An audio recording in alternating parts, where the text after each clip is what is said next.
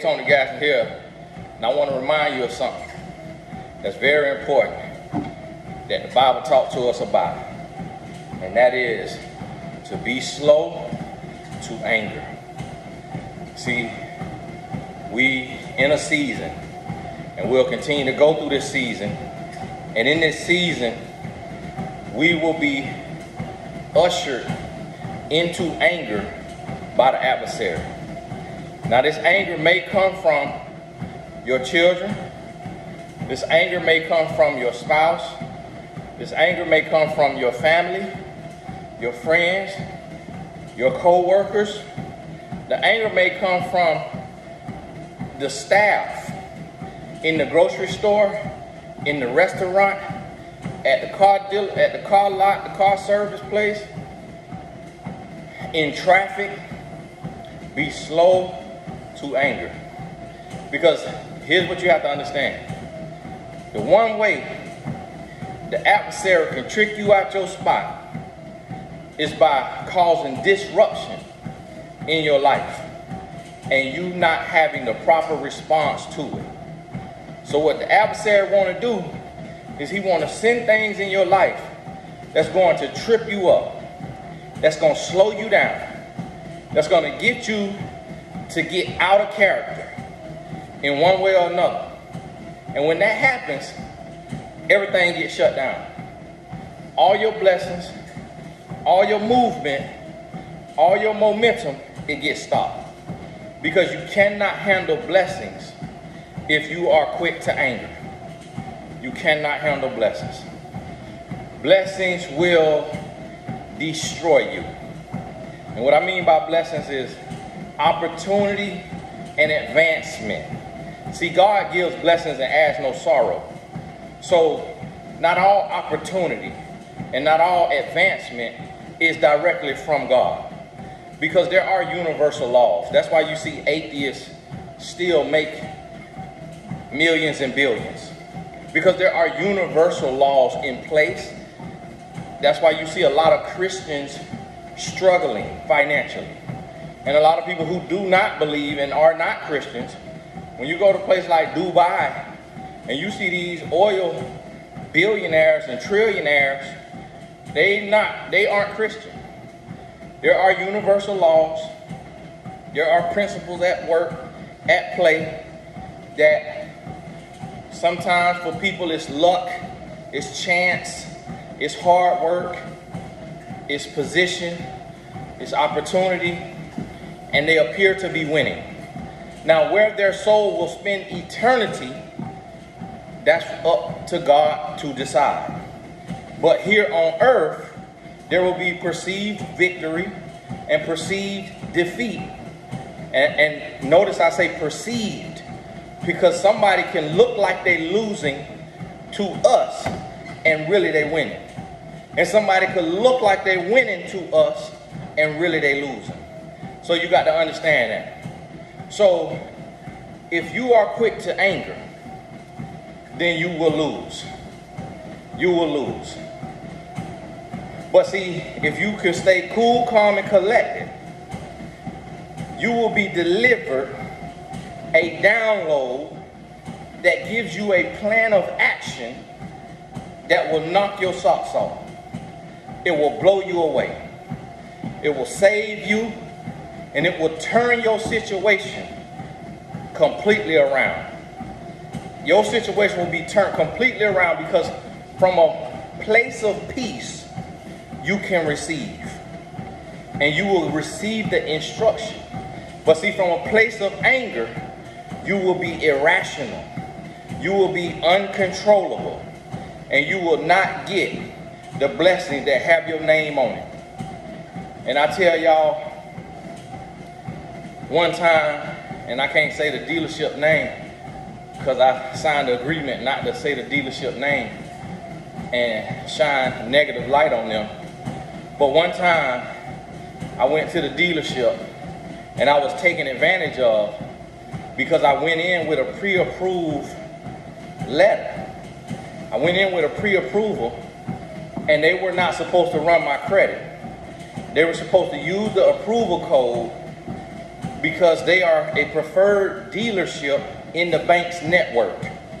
And by using that code in their system, it would have pulled up my approval and the complete deal, and all they would have had to do is just have me sign my paperwork, request the money from the bank, deal done. It's over with. But if the dealer runs the deal, if they run my credit to the bank does not know, because of the size of the bank and because there's many people handling it, the bank don't know I already got an approval. So the bank not going to reject the dealer's submission. They're gonna approve me if I'm approvable. And so the dealer did that because the bank gives them a lower interest rate, and then they can hike up the interest rate to what the bank had given me. So the bank give the dealer a discount, they don't give me a discount, but the dealer can hike it up and they make that extra money of that interest. So, example, the bank offered me 4%. They offer the dealer 2%. The dealer will then offer me 4%, which is what I was offered already from the bank. So to me, the deal looks the same, but on the dealer side, they're making more money. So I had no clue they did that, but I had a clue. I saw that they ran my credit, and they ran it one time. And when I asked them why, they gave me a lame excuse. They said, oh, our floor plan is done by this bank, so we got a special deal with them, so we got to run the deal through us. Basically, they were saying, we make a lot more money when we submit the deal than when you come in with your pre-approval. The bank getting all the money. So, and we just getting the money that we make on the sale of the car based on the discount the manufacturer give us, or based on what we bought the car for if it's a used car. And so I let it go. I didn't really understand it. I was mad about the credit pull. And then there was issues with the car. So I ended up turning the car back in. And then when I turned the car back in, they were supposed to swap the car, swap the VIN, give me the exact same type of car, exact same everything, but just swap the VIN number with the bank. Call the bank and say, look, we keeping the same, just the same amount of loan approval, we just changing the VIN. So it's a different car, but it's the same exact cost. And so instead of doing that, they took and used my car as a trade-in, so that now they can make more money. They can make money on the trade, they can make money on the new sale, they run a new deal. So he ran my credit again, and they told me they weren't going to. They told me they were going to do a VIN swap. So now I got, this time it was 3 credit pulls. So now I got 4 credit pulls when I was supposed to have 0.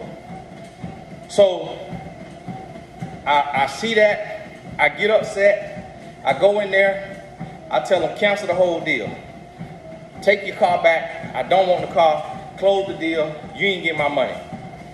They close the deal, I'm going somewhere else to get the car, but I gotta wait for these open approvals from the bank to fall off, because if I go somewhere else and they send it in, then now, you know, I got 3.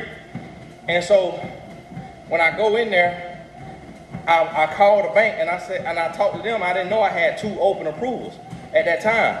And that's what made me close the deal down for real. And the bank said, he said, yeah, you've been approved twice by us for $48,000.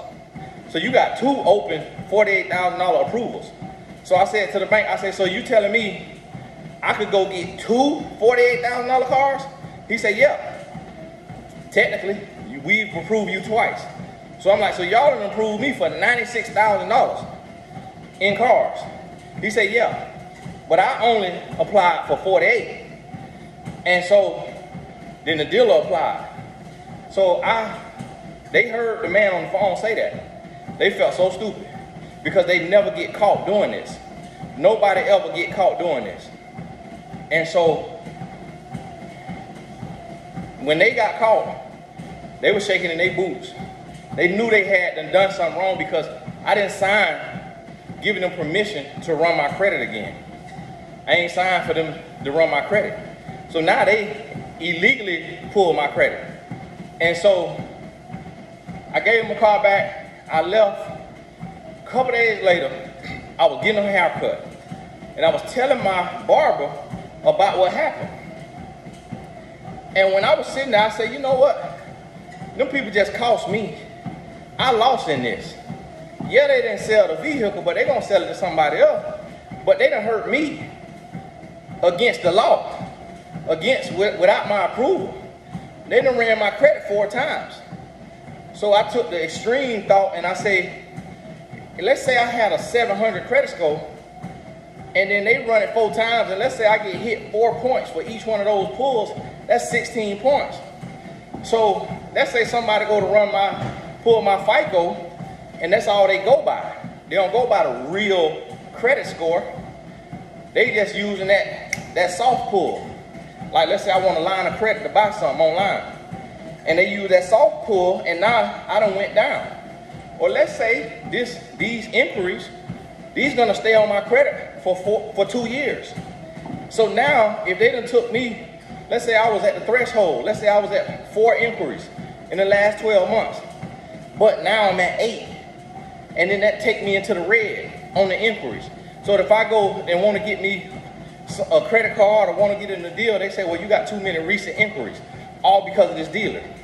And then people say, oh, well, if you do them all in the same time period, they fall off. That's not true. Because I done bought a lot of cars and all them inquiries stay on there.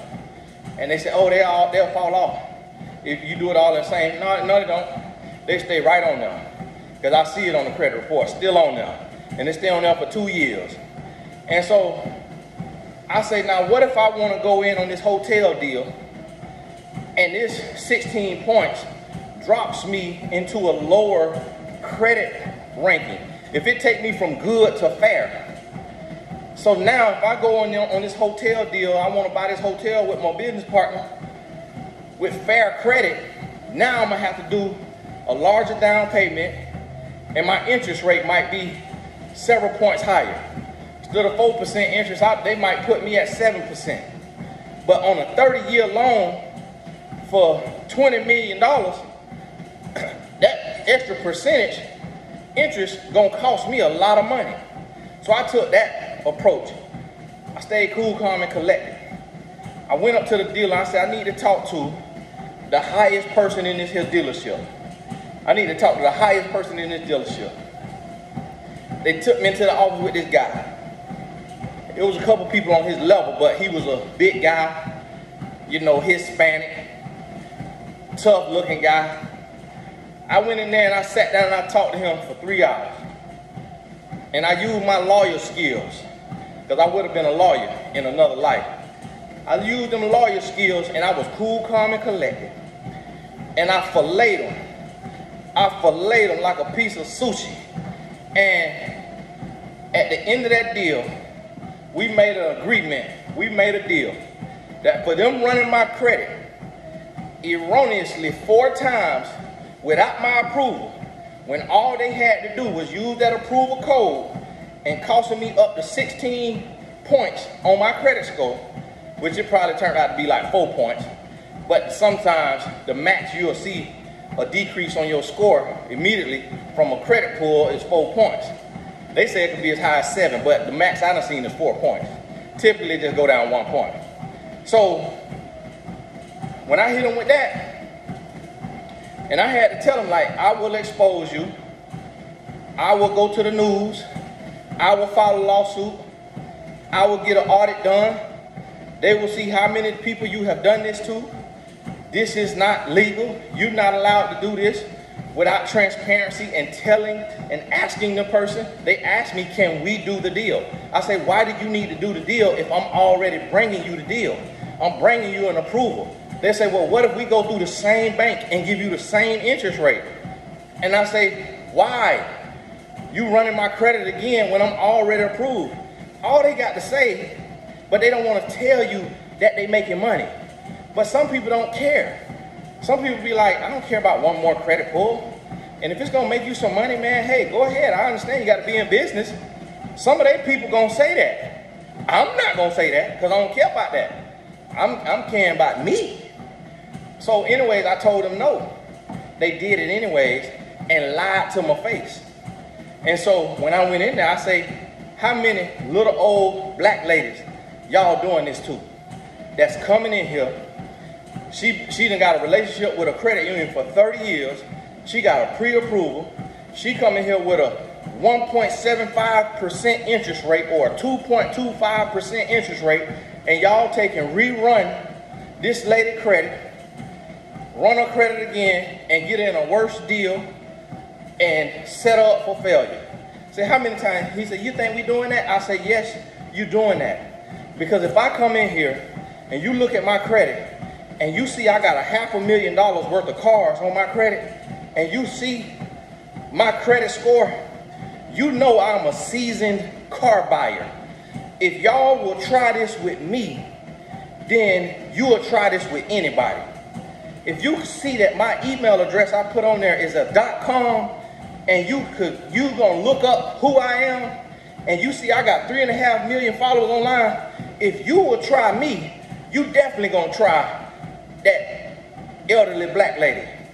Oh, we don't do that. I say, well, when I file this lawsuit, we gonna find out. And look here. He said, well, what can I do for you? What can I do for you? He said, you a life coach? He said, you a life coach? I said, yeah. He said, man, I need some help. I need some coaching.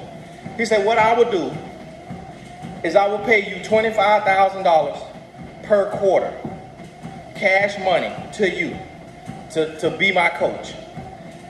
I said, nope, I don't want that, because I don't believe you want coaching, and what I do believe is that you're trying to buy me. You're trying to pay me off where it's not seen, because it's coming out your pocket. And then his friend was in there, and he said, and I'll sign up too. He'll do 25, I'm gonna add an extra 15 to that, because they know this was finna be bad. They know this was finna look bad. And so what happened is they took and I turned it down. He said, what you want? I said, I want the most expensive car on the lot. I want the most expensive car on the lot. That was about $80,000. Oh, he said, I'm definitely not giving you a car. I'm definitely not giving you a car. I say, sir, I say, it's been many men who have sat in front of me and thought I was bluffing,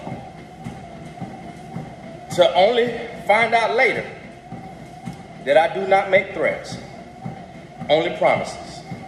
I say, today is your date with destiny. You have tried the wrong one, and you gotta pay the piper. So I say, you get a choice today, just like the Matrix, red pill, blue pill.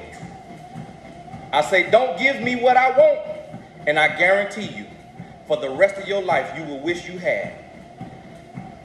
That man was so shook, because I hit him with the Liam Neeson. That man was so shook, because he hadn't seen nothing like that. So here he see a black man who come from poverty, just turned down $75,000 cash on the principle. Because here's the thing, I don't want your secret money, because you tried to play me publicly in front of all your employees.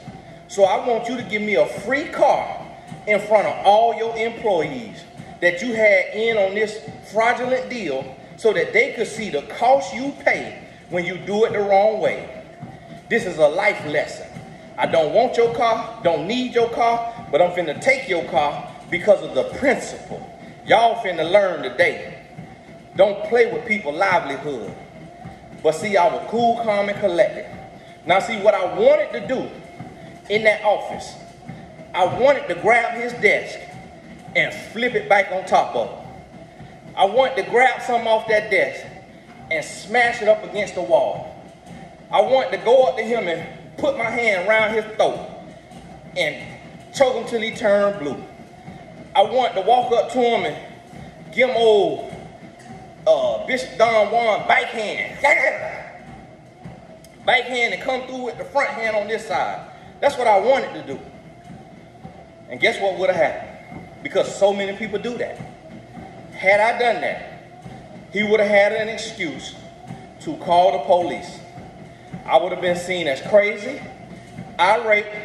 I would have got escorted off of the premises. A no trespassing, a restraining order would have been put on me, and he would have won. Because he would have said, this is an insane, crazy black man who is an angry black man, and he came up here to threaten my life, threaten my family, and he tried to kill me. I was in fear for my life. He also could have pulled a gun out of his drawer and shot me had I went to do something to him. And so guess what? I won that. I won that. I did not let him talk me down, and I walked out of there with an $80,000 car. An $80,000 car, free of charge. People don't believe that when I tell them. I'm not finna lie to you on no Sunday. I might lie to you on Wednesday, Tuesday, because Wednesday church day too. Tuesday church day too. I might lie to you, well, Monday be choir practice. I might lie to you on Friday, well, Friday be singles night. I ain't gonna lie to you no day of the week, because I love the Lord. $80,000, just like that. Now I can't say the dealership, can't say all that. I signed. I got that car, and I sold it for cash. I drove it for a little bit, and I sold it for cash, and then I went and bought the car that I want. And I bought it from another dealership. The same kind of car, just a higher level. And that proved my point that I don't need your car, don't want your car, but I'm finna take your car out the principle. For the principle of the matter, you done tried the wrong one. But I did that staying calm. I did not raise my voice. I did not curse. I did not make any bodily harm, physical threats. I did not get irate in any way. And I walked out of there. Because see, the Bible tells us that a man who can conquer himself can conquer a whole city. Meaning a man who can control himself can take over a whole city. And that's what you got to understand in this season. Now listen, another time it happened to where I was at another car lot and I bought a car from them. And the wheels they had on the car were not meant for that car. So at 70 miles an hour, they start to shake. So I had them put me some more wheels on there, and them wheels still were shaking. But this is an expensive car. So then I had them order brand new wheels from a wheel dealer, and they paid $5,000. The dealer would not give me the wheels for $5,000. He said, Tony, the best I could do is $6,500. So the dealer paid $5,000. I paid the additional $1,500 for some 24-inch forged wheels for this here vehicle. And it's a big vehicle, so 24, it sounds big, but on the vehicle it's not. And so this is my wife's vehicle. And so when I went back later, they say, well, Mr. Gaskins, you got an issue with your brake caliper, because when you got the calipers painted red, somebody put a bolt that's too large, and it has tore up that inner lining, and you're gonna need a new rotor, and you're gonna need new calipers, and you need new brake pads. And all of this right here, based on what you're gonna need, come out to $9,000. I say, well, you know what? That bolt that's too big was put on there by y'all. Oh, we didn't put that on there. I said, yes, you did. See, that happened when you changed the calipers. I said, I didn't change the calipers. Y'all changed the calipers at this dealership. Y'all ordered that because y'all were trying to make me happy to buy this vehicle. So y'all offered to paint the calipers red. So y'all painted the calipers red. I didn't take it anywhere to have it painted. Oh, really? The guy did not know because he just a little salesman. So he didn't know what had happened. He thought he had a big sale. He thought he had a big fish on the hook. So I say, so y'all gonna have to cover that. Oh, we're not gonna be able to cover that. You know, we probably could cover this right here, but we're not gonna be able to cover that. They came back, oh, we'll cover this right here, but you have to cover the rest of it. I said, nope, this whole issue come from y'all. I say, listen, put me in front of the highest man in here. They took me to the head person. I'm always gonna, at this stage of my life, I'm gonna stay calm and I'm gonna climb the ladder. You can't climb the ladder angry, because you're gonna rip the rung off the ladder. I'm gonna stay calm and I'm finna climb the ladder on your behind. So I went right in that office and I sat down just like Liam Neeson. And I learned it from Liam Neeson on Taken. You see how dangerous Liam is? He cool, calm, and collected. Now he angry, he motivated, he driven, but he's not irate. He cool, calm, and collected, and we're gonna add another C. He calculated. I learned that from Liam. So here I am. I sit in that office and I talk to that man. I say, listen, y'all did this. Y'all did this right here. And this right here, this is y'all fault. So all of this need to be made right by y'all. Well, sir, we just can't do that because we didn't do all of this damage, and so we're not going to be able to do all that. I say, listen to me, sir. I say, listen to me. I say, now, this after I think I hadn't got the free car. I can't remember, it could have been before. And I say, listen to me, sir. I say, now you got an option. I say, I will go to this news, and this news, and tell them what y'all did. See, when people think that you're gonna be quiet, they think they could take advantage of you. But when they know you got representation and you're not afraid to escalate the situation, that's when they got to take you a little more serious. And so, but if you irate, yelling, screaming, and cussing, don't nobody believe the loud mouth. You got to be direct.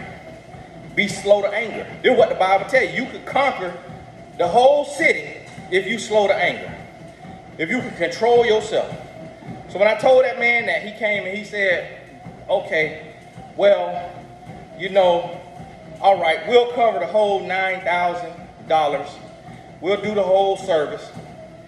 But this last part is $500 for your oil change or something like this kind of service. So you'll have to pay for that. I say, well, I'll tell you what.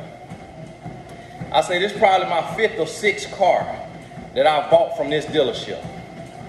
I say, so you telling me you're gonna be a stickler over $500 when you in a multi-million-dollar operation, when you have messed up my car, when what y'all did to my brake caliper could have cost me the life of my wife and my kids, because with that being broken, she could have lost control on the highway at 75 miles an hour had that bolt come out of that rotor and that caliper, had her tire, something happened and her brakes didn't work, she could have died. So what you're looking at here, sir, you're looking at a lawsuit because you sold a vehicle under the name of this here brand. This brand is worth billions of dollars, and you put a vehicle on the road that is not road safe, and you put lives in jeopardy. So now you finna hold me accountable for $500 of this $9,500 bill when you should be ready and willing to pay that $500 to say sorry to me and to be glad that I'm not pursuing a civil lawsuit for you selling me a vehicle at this price point that is not road safe. Oh, well, sir, well, you know, if you got this here vehicle, you know, people don't complain about the prices with who have these vehicles. I say, that's them, this me. Just because I got money don't mean that I don't count every dime, because it took me a long time to get here. So listen to me. If you want to prove this here 500, give me your general manager number. He the service manager. I say, give me your general manager, the person who run this whole thing. I call that man. He gave me the number. I call that man. I say, listen, your guy right here, he playing hardball. This over $500. I said, now, sir, you know, with the type of vehicle I got, $500 don't mean a whole lot, but for me, it's about principle. I say, at the age I am, if I keep shopping with y'all By the time I'm 80, I will have bought another $3 or $4 million worth of cars. Because I buy cars for me, my whole family, everything. I say I got all these cars from y'all, for friends and family, and my household. I say, so y'all about to lose millions of dollars over trying to be tough over $500. That man say, you know what, you got a point, you're right, we're gonna cover that 500, we'll cover the whole thing. Don't worry about it, I'm sorry this even had to come up to me. He could have made this decision himself. I say, yeah, but he operating with ego. So guess what? Call him back. All right, General Manager say he's gonna cover it. Thank you very much. Y'all go ahead and take care of that service. Thank you. Let me know when it's done. They had the car about a month. They thought they was hurting me, but I had other cars, so, they had to put me in a rental. And they had to put me in something nice. You hear me? Nice. Because my vehicle nice. So when they put me in that vehicle nice, guess what? I had life to live. So I had to drive that vehicle 4 hours up the road that way, come back 4 hours. I had to drive it 5 hours down the road that way, come back 5 hours. By the time they got that vehicle back, it was thousands of miles on there. So I say, listen, y'all want to work slow? You want to take a month? This the cost of it, because this is what I would have been doing in my vehicle. So I still was living my life. I was doing seminars, and I drive to my seminars when they in the same state. So listen, I share that story with you, those two stories, to help you understand the power of being slow to anger. When you slow to anger and you diligent about your business, you can achieve anything. Because see, when them people wrong your child, you can go in that school and get that tuition free for the next year if you cool, calm, and collected. Yes, you can. But when you go in there and you cuss that principal out and you cuss that teacher out, they finna throw you out that school. And now, not only did you hurt yourself and your argument, you hurt your child, because now your child got to uproot and change schools because you lost your temper. You lost your temper. It happened with me growing up. My daddy got mad, let his ego get in the way with my coach. Instead of sitting down and talking sensibly with my coach, he let his ego get in the way. He made a threat to my coach, told my coach, well, he ain't gonna play then. My coach said, well, fine. So I ended up having to side with my daddy, because that's my family, and I didn't get to play basketball my senior season. Just playing and getting that tape could have got me a scholarship. I had to take my football scholarship. It would have been good to maybe have an option, or to be able to go be a dual athlete at the college where I was playing football. I could have probably been on the basketball and the football team. But my daddy let his ego get in the way, and he has suffered from that in other cases and got kicked out of places and thrown out of places because that anger. And I got it, my mama got it, my sister got it. So all of us got it, but see, I done learned how to deal with it in a different way. Now, I'm cool, calm, and collected now. Now, I slammed me a door one time. And I slammed that man door at that same dealership. Because when I asked them for a deal on the car that I was buying, they took off $500. I said, I done bought all these cars from y'all, and you finna take off $500? I went all the way up the ladder, talked to the head man. You know what I got took off that car? Because they told me, listen, I know it's just $500, it's a lot, but that's a lot of money, because we didn't buy the car for a lot. It's a used car. We don't have a high profit margin on these used cars, because these good cars. I say, still though, I'm a loyal customer. And when I went in there and I talked to the general manager, to the head guy, he took off $2,500. So they went from $500 to $900 to $2,500. And guess what? The guy who offered me $900, he had to eat crow, or whatever y'all call it, because he didn't want to do me the deal, and he could have did the deal at his level. See, when I feel wrong, when I feel slighted, I don't just take it on the chin no more. I'm gonna climb that ladder. I'm gonna climb that ladder, and I'm gonna make you pay a price. I'm gonna make you pay a price. You got to pay the piper today. And I'm gonna do it cool, calm, and collected, so that you can't say I'm crazy. You can't say I'm irate. You can't call the police. Because I ain't doing nothing that warrants that behavior. And if anything, I'm going to call the police. I had another issue with a car. I called the police on them. Filed a report on them. Had the police up there on their business. Then I went home and gave them a 1-star review from 3 or 4 different Google accounts so that they could feel that. You hear me? And then they still had to send me my product that I hadn't paid for, that they had claimed they lost, but just were too lazy to go look for it and find it. So listen to me. Listen to what I'm telling you. We're going into a season where there's going to be a famine. There's going to be a famine in the land. But in the famine, God will give you direction and instruction on what you need to do. If you cool, calm, and collected. If you get flustered, if you allow the police to make you mad, your co-workers to make you mad, your children to make you mad, your spouse, your ex, your baby daddy, your baby mama, your daddy, you allow anybody to get you out of character, to get you out of your peace and calm, you're going to lose. And when everybody else starving, you're going to starve too. Because you can't hear, you can't receive the download because of where your heart is positioned. But if you cool, calm, and collected, if you are operating with the fruits of the Spirit, you're going to hear the message, and you're also going to see the blessings. You're going to see the opportunity of blessings. But you will not see that if you're in the wrong place. So understand that now, because this is what God going to do for you.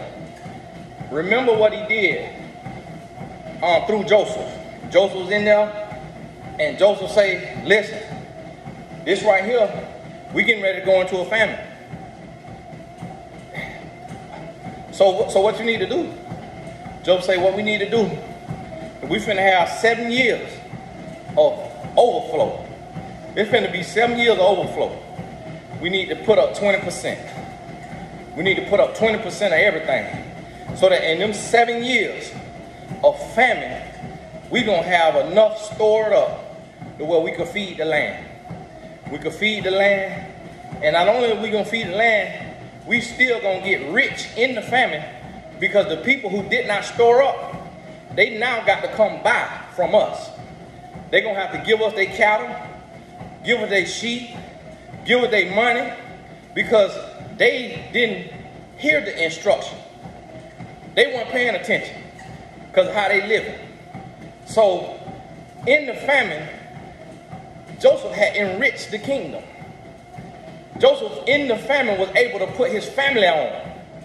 He was able to bring his starving daddy and brothers to the kingdom, put them up in their own house, in their own plot of land, and they were fed and clothed and taken care of because he was cool, calm, and collected in the midst of a famine. He got the download before the famine even came. And see, that's why it's important to be slow to anger. And I'm not talking to you, I'm talking to me. Lord dropped this on my spirit for my life, and I'm sharing it with you. The Lord say, listen, I'm finna test you. You finna go through a test, and it's gonna test your humility. It's gonna test you because you're dealing with anxiety. You rush in the process. You get too excited too fast. Stay cool, stay calm, stay collected, and trust me. Trust that it's gonna work out, because see, this delay, the delay of the blessing that you know you have been promised, if you're not ready, that delay gonna send you out of character. And you're gonna start to lying, you're gonna start to cheating, you're gonna start to cutting corners, you're gonna start to pressing the issue, you're gonna start to forcing things, you're gonna start to doing things that you're not supposed to do because you're getting desperate in the delay. But what they say is, delay don't always mean denial. So in that delay, you can't be desperate.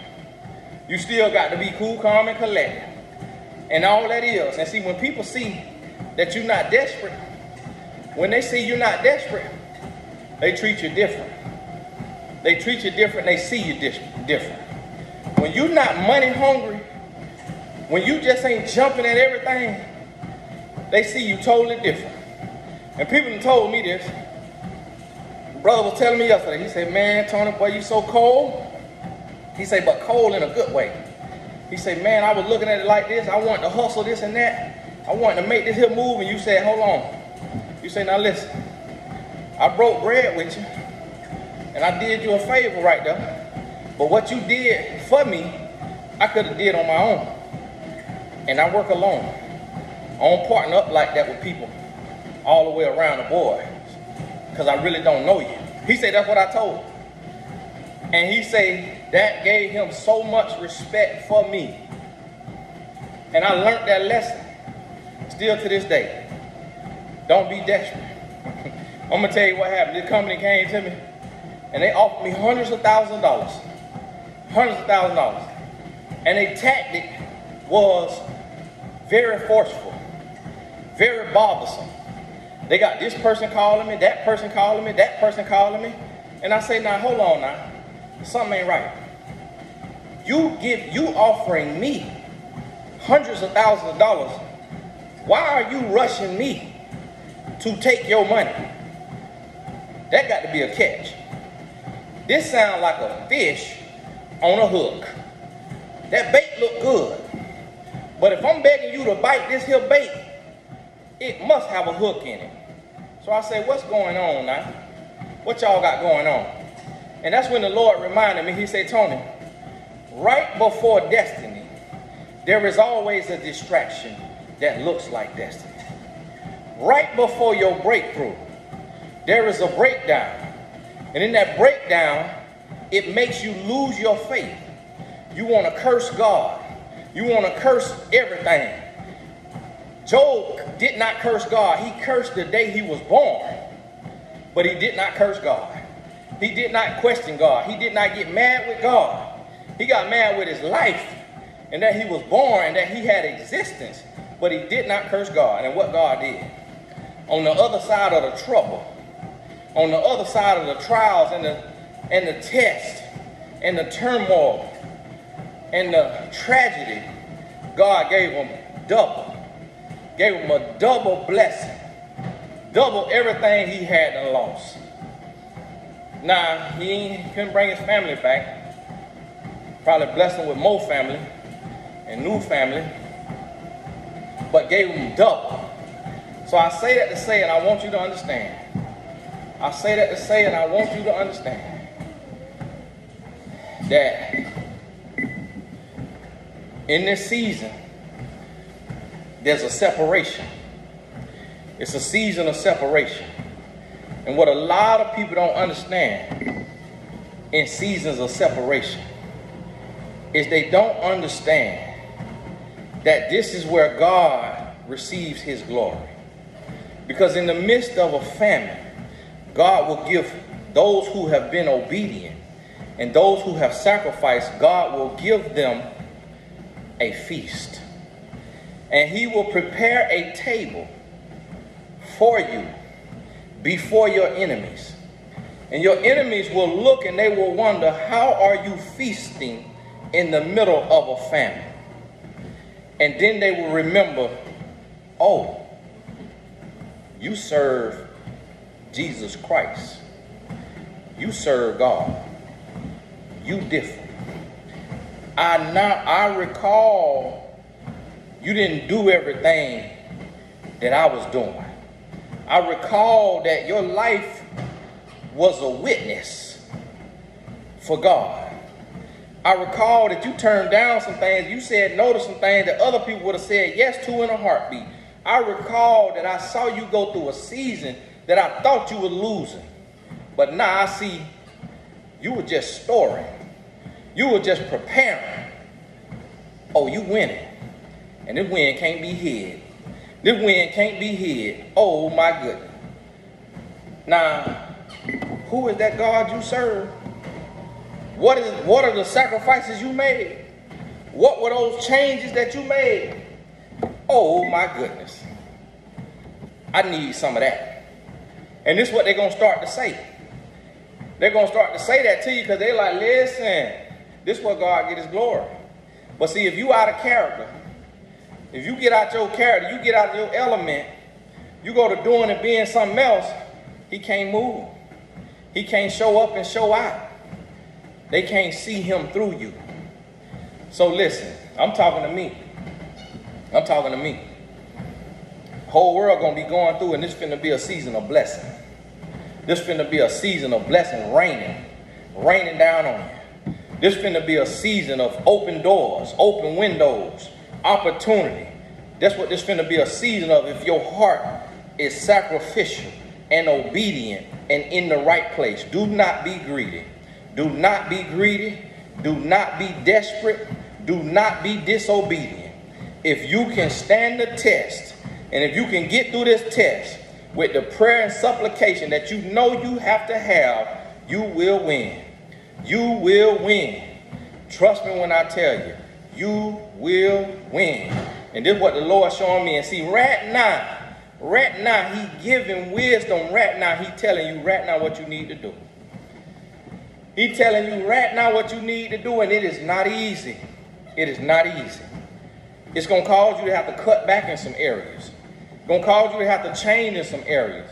It's going to cause you to have to be disciplined in some areas, but he's getting ready to do something. He's getting ready to do something. It's a reason why he's making me get on this here treadmill every single day.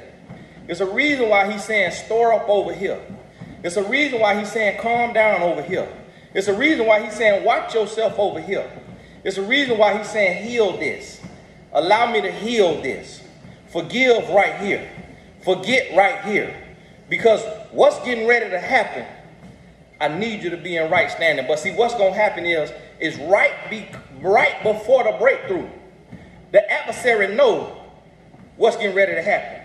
He know it. He can sense it. He can feel it. See, the adversary in the rooms, because see, God will use your enemy to bless you.